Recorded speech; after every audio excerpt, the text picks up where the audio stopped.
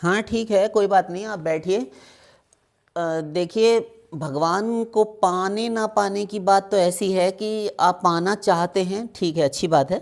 और वास्तव में देखा जाए तो मनुष्य जीवन का लक्ष्य ही भगवान को पाना है, यानी भगवत प्राप्ति है। किंतु ऐसी कामना किसी बड़भागी जीव के ही अंतस्थल पर, किसी बहुत सौभाग्यशाली जीव होगा उसी के अंतःकरण में, हृदय में जाग सकती है। आपका प्रश्न बहुत उत्तम है, आपकी चाह, आपकी कामना अत्यंत श्रेष्ठ है। सर्वप्रथम तो आपको और आपकी कामनाओं को नमस्कार। किंतु भगवान को पाना चाहते हैं, दर्शन करना चाहते हैं, क्या करना चाहिए, ये प्रश्न। तो देखिए, छोटा सा उत्तर है, जल्दी जल्दी समझ लीजिए। यद्यपि इस विषय में आपने बहुत बार सुना है और सभी ने सुना है, तो उत्तर समझ लीजिए।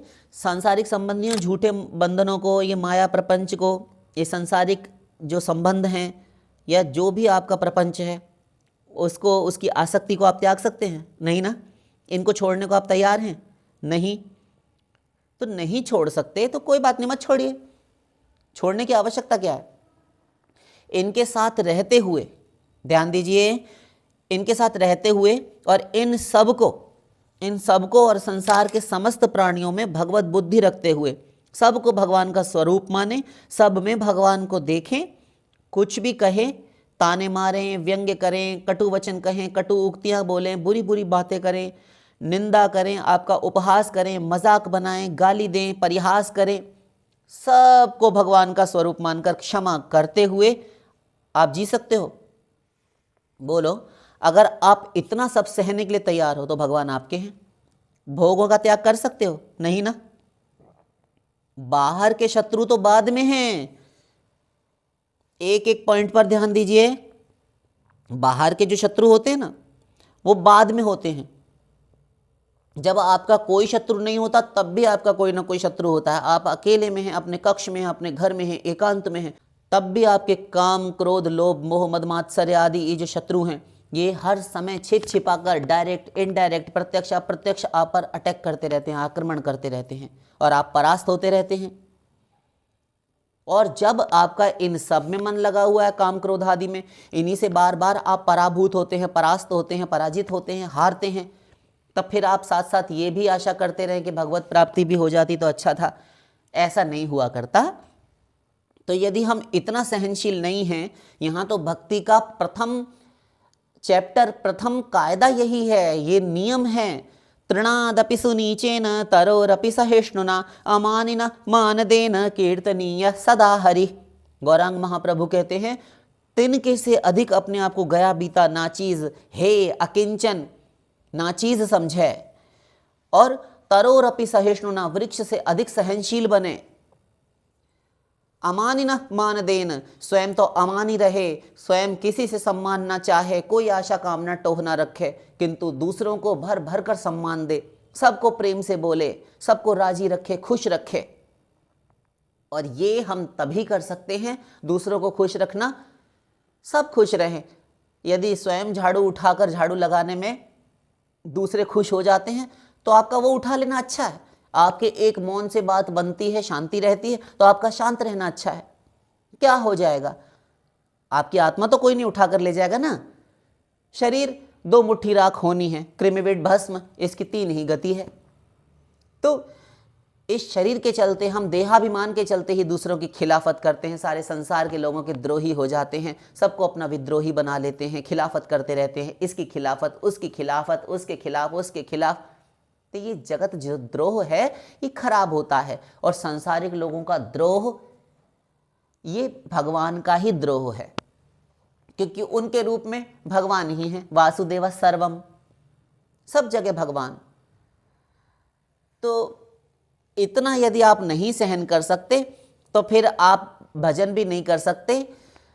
अब बिना भजन के बिनु विश्वास भगति नहीं, ते ही बिनु द्रवही न राम। बिना विश्वास के, बिना श्रद्धा के भक्ति नहीं होती, उस भक्ति के बिना भगवान राम द्रवित नहीं होते, पिघलते नहीं। तो इतनी सहनशीलता नहीं आई तो कोई लाभ नहीं हुआ।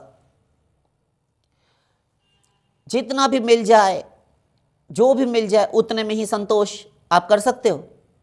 यदि कर सकते हो तो भगवान आपके हैं, और अधिक मिले अधिक पालूं, ये जो खाऊं खाऊं मची रहती है ना, ये भी करना है और वो भी करना है, वहाँ भी जाना है, उसके यहाँ भी जाना है, काम है वहाँ पर उससे मिलना है, ये छोड़कर शांत अकेले एकांत में आप रह सकते हो? बोलो। सबका सम्मान करते हुए, खुद किसी से अपने लिए सम्मान की रत्ती भर भी कामना ना रखते हुए, सहनशील पेड़ से भी अधिक ज्यादा बर्दाश्त कर सकते हो? खुद को अकिंचन, घिरा हुआ, पतित, हेय, नाचीज, पापात्मा, अदम, नीच, पापी मानकर, सच्चे हृदय से दीन बनकर, आंसू बहाकर, ध्यान दीजिए, आंसू बहाकर भगवान को पुकार सकते हो? इस प्रकार भजन करना है। जो कुछ भी जैसे भी आ पड़े, जैसी परे सो सही रहे, जेहि विधि राखे राम ताहि विधि रहिए, जथा लाभ संतोषा। ये भगवान राम कह रहे हैं, आठम जथा लाभ संतोषा। नवदा भक्ति में है माता शबरी, 8वीं भक्ति है मेरी, जितना मिल जाए उतने में संतुष्ट। तो इस प्रकार से यदि आपकी रहनी हो जाए, ऐसा यदि आपका जीवन बन जाए, तो भगवान आपके हैं। मिल गए और कुछ फिर करना धरना नहीं, हो गई शरणागति। हम शरणागत कब तक नहीं होते? जब तक हमको लगता है कि नहीं, जो है उतने में संतुष्टि नहीं होगी, अभी और करना है। तो जब हम अपना प्रयत्न, अपना बल लगाते हैं, तो भगवान कहते तू ही कर ले, फिर तू शरणागत नहीं है। और जो शरणागत होगा वो सबके तजी सकल आस भरोस, सबकी आशा, सबका भरोसा, सबका विश्वास खत्म करके, कुछ भी ना रखे, सब खत्म हो जाए, केवल एक भगवान पर दृढ़ निष्ठा हो जाए। भगवान का इतना मूड खराब होता है जब हम किसी से याचना करते हैं, कुछ दूसरों की आशा रखते हैं, तो भगवान का बहुत मूड खराब होता है। श्री राम क्या कहते हैं? दास कहाई नरन की आशा, करई तो कहू कहा विश्वासा। मेरा भक्त बनता है बेवकूफ और दूसरों की आशा रखता है, दूसरों से कामना रखता है कि अमुक मेरा काम कर दे, मेरे काम आ जाए, मेरा दुख दूर कर दे, मेरी सहायता कर दे। भगवान को अच्छा नहीं लगता।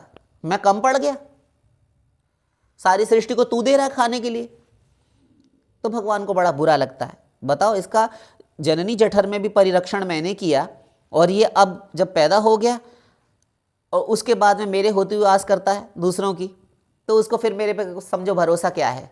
मुझे अच्छा नहीं लगता। तो भगवान को ये बात पसंद नहीं। ये अनन्यता में बाधा होती है, श्रद्धा कलंकित होती है इससे। जब इतना हो जाए और सब प्रकार से भगवान मेरी रक्षा करेंगे, रक्षिष्यति इति विश्वासः, षड्विधा शरणागति में मेरा विश्वास है, ऐसा माने रखे कि प्रभु मेरी रक्षा करेंगे, करेंगे, करेंगे, अवश्य करेंगे।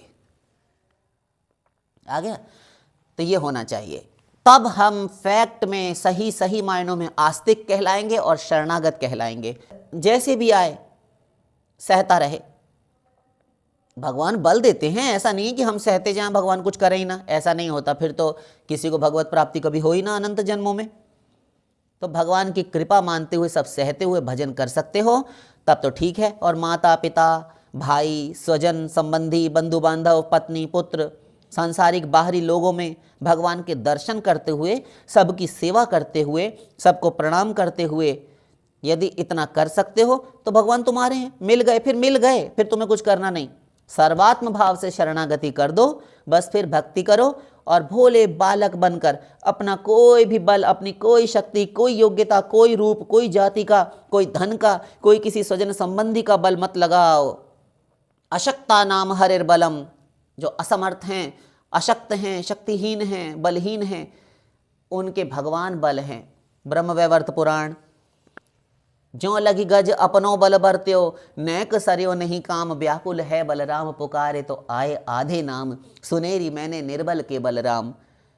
गजराज ने जब तक अपना बल लगाया तब तक भगवान नहीं आए, और जब उसने 3 पहर युद्ध भयो ले गयो मझधारे, तो जिस समय पर 3 पहर तक 9 घंटे तक युद्ध चला, जद्दोजहद होती रही पानी में, गंडकी नदी में। नेपाल में गंडकी नदी है जहाँ से आपको काले काले शालिग्राम भगवान प्राप्त होते हैं, तो नेपाल में पड़ती है। तो वहीं पर गजराज और ग्राह का युद्ध हुआ था। वो खींच कर ले जा रहा था अंदर, वो कहता हम नहीं आएंगे, अजीब ज़बरदस्ती है, हम नहीं जाना चाहते। तो अंत में जब हार गया तो भगवान को पुकारा, अब तो जीवन हारे। भगवान नंगे पैर उठ दौड़े। तो भगवान निर्बल के हैं, जिन्होंने अपना बल छोड़ दिया भगवान उसको आ मिले। द्रौपदी ने भी दांत से साड़ी दबाई, भगवान नहीं आए। रुक्मिणी जी कहती हैं प्रभु जाइए। अरे वो दांत से साड़ी क्यों पकड़े? अरे कमाल करते हैं आप, जब सारे वयोवृद्ध गुरुजन बैठे हैं, पितामह भीष्म, द्रोणाचार्य, कृपाचार्य, ये कोई नहीं जा रहा, तो अब बेचारी एक अबला नारी क्या करेगी? 10 सहस्त्र हाथियों का बल है दुशासन दुरात्मा में, और वो अपना दांत का बल भी ना लगावे। आप भी उसको छोड़ देंगे तो बेचारी कहाँ जाकर किसकी चौखट खटखटाएगी? नहीं नहीं नहीं नहीं, ऐसा हमको अच्छा नहीं लगता, छोड़ देना, क्यों दबा रखी है? इतने हठीले हैं आपके ठाकुर जी। एक झटके से साड़ी खींची और सर्वात्म समर्पण हो गया। भगवान कपड़ों में आ घुसे द्रौपदी के, अनेकों प्रकार के रंग बिरंगे सुंदर सुंदर वस्त्रों से सुरक्षित कर दिया द्रौपदी को। ऐसा महाभारत में आता है, सभा पर्व में। तो आप समझ गए, अपना बल ना लगाए, भक्त को कोई बल नहीं होता, भगवान का बल होता है केवल। मोरे सबई एक तुम स्वामी, दीन बंधु उर अंतर्जामी। इस प्रकार से करके भक्ति कीजिए, सर्वात्म समर्पण करके भक्ति कीजिए, अपना बल मत लगाइए, सब में भगवान के दर्शन कीजिए, सबको भगवान में, भगवान को सब में देखिए। हो गया काम, इतना ही आपको करना है और मिल जाएंगे भगवान। शेष फिर वृंदावन विहारी लाल की।